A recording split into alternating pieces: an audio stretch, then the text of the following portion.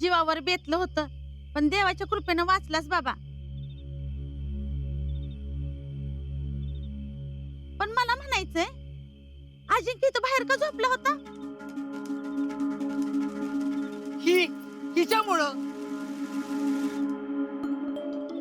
हिच्यामुळं पोर बाहेर झोपायला लागलं. जीजी माझ्यावर कशाला तव झालं, काय झालं की मी सांगितलं होतं त्यांना बाहेर झोपायला. तूच पोराला बाहेर झोपवलंस पाहिजे.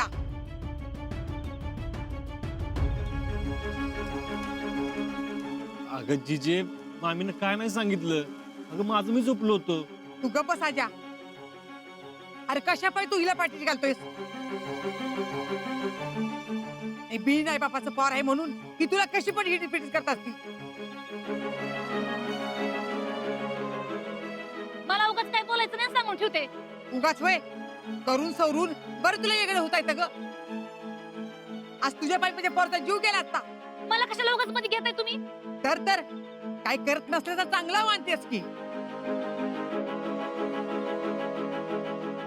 ह्या ना त्या कारणानं माझ्या पोराला बाहेर काढायला बघतेस.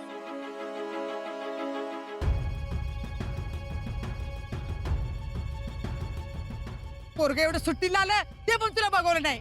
निघाली बॅग भरून लगेच. का ग का अशी वागतेस ते माझ्या पोराशी? काहीतरी तुझं वाईट केलंय. जीजी ऐकून घेते म्हणून काय बी बोलायचं नाही सांगून ठेवते. पुष्पे, बोलला बघा लोक. आई बोलते तेव्हा काही दिसत नाही आणि बायको बोलली की परीमध्ये बोलता तुम्ही. एवढी आईची माया लावली त्यांना, पण त्याची काळजी कुणाला दिसत नाही. पुष्पे तू तर आईच्या मायेबद्दल काही बोलूच नकोस.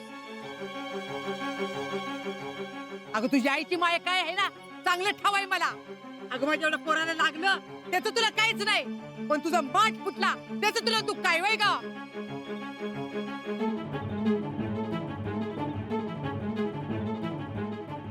खबरदार इथनं पुढे जर माझ्या पोराला काही त्रास दिलास तर गाठ माझ्याशी. मला काय हाऊस नाही तुमच्या पोराला त्रास द्यायची. ती स्वतः म्हणलं होतं बाहेर झोपतो म्हणून म्हणलं झोपा. आता बाहेर झोपल्यावर काय हाताला धरून आतमध्ये नेऊन झोपायचं होय? हा विचारा की त्यांना. होय वा अजिंक्य? अगं त्याला काय विचारायचंय? काय विचारायचं? घर सोडून जायची धमकी देतेस ना त्याला? हा तो काय बोलणार आहे बिचारा? जरा काय झालं की माझ्यावरच यायचं. तुमच्या नातवानच कुठे तर काहीतरी केलं असेल, भांडण बिंडण काढलं असेल. पुष्पा तो कुणाच्या नादाला लागत नाही हे चांगलं ठाव आहे तुला. मग काय मी माणसं मारायला पाठवली की भाई म्हणून मला एवढं बोलताय?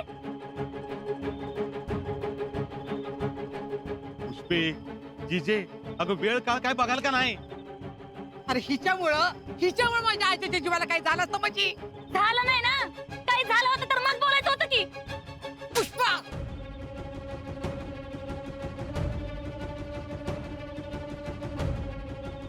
खबरदार आता हे जे बोललीस ना ते शेवटचं बोललीस. इथून पुढे जर काही बोलशील ना तर स्वतःचा गाशा गुंडवायचा आणि हिथं चालतो व्हायचं. तोंड काळ करायचं.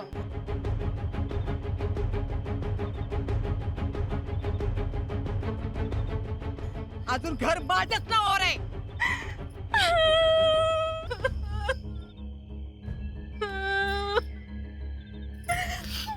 बघितलं का अजिंक्य? सगळे उठसूट मलाच बोलत असतात. काय झालं की हाय पुष्पा, काय झालं की हाय पुष्पा.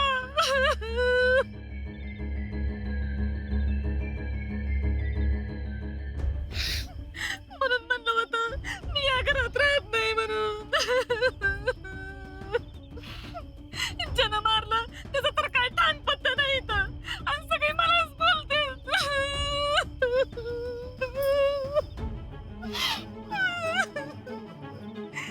जयडे अजिंक्यचा हात आतमध्ये टाक बाई.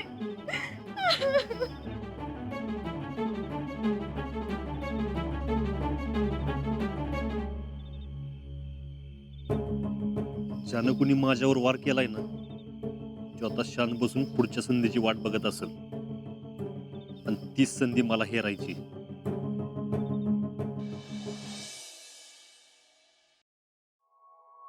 वहिनी चहा आणायचंच विसरले. बसा, चहा आणते. राहू द्या. अहो आणते की, हाय ह्यांच्या वाटणीचा. नको. बर. अजिंक्य, काळजी घे. समाधान, येतो. जीजी, येतो. या गुरुजी.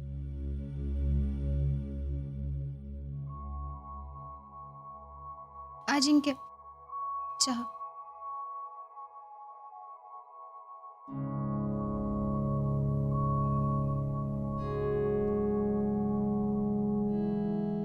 काय चहा पाणी चाललंय वाटतं? भैया या की, बसा बसा. बसा बसा, तुम्ही बसा बसा. आम्ही हाय इथं फौजींच्या पायाजवळ बसतो. आहो. आओ, असू द्या असू द्या. जेडे, चहा टाक की जरा. टाकलाय चहा. हो, कशाला? आम्ही इथं पेशंटची विचारपूस करायला आलो. टॅलेंट,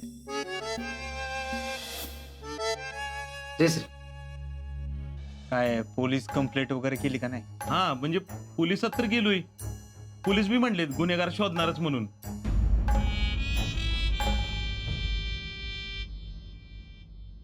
पर काय मागमूत सापडा ना बघा. तरी मी घसा फोडून सांगत होतो बरं का, गावच्या विकासासाठी गावात सीसीटीव्ही कॅमेरे बसवा, सीसीटीव्ही कॅमेरे बसवा. पण कुणीच ऐकलं नाही. तेव्हा जर का ऐकलं असतं तर हे जे प्रकरण झाले ह्यात कोण कोण होतं हे कळलं असतं का नसतं? नाही, तरी बी आम्हाला विश्वास आहे पोलीस शोधून काढणारच. मी काय म्हणतोय मामा, कशाला ह्याच्यात पडताय? म्हणजे बघा ना, आजा तिकडे ट्रेनिंगला जाणार, तुम्ही इथं असणार, कशाला उगाच जाळात हात घालताय? आम्हाला काय होते तवा? माझ्या आजानं असं पाणी पाजले त्यांना की 10 पिढ्या आमच्या घराकडं डोळं वाटून बघायचं नाही तर. ज्याने कुणी हे केलंय ना त्याला नक्कीच भोगायला लागल. भोगायला? अरे टाचा घासून घासून मारायला मोडता. त्याची तर आयुष्यात एक बी इच्छा पुरवायची नाही बघ.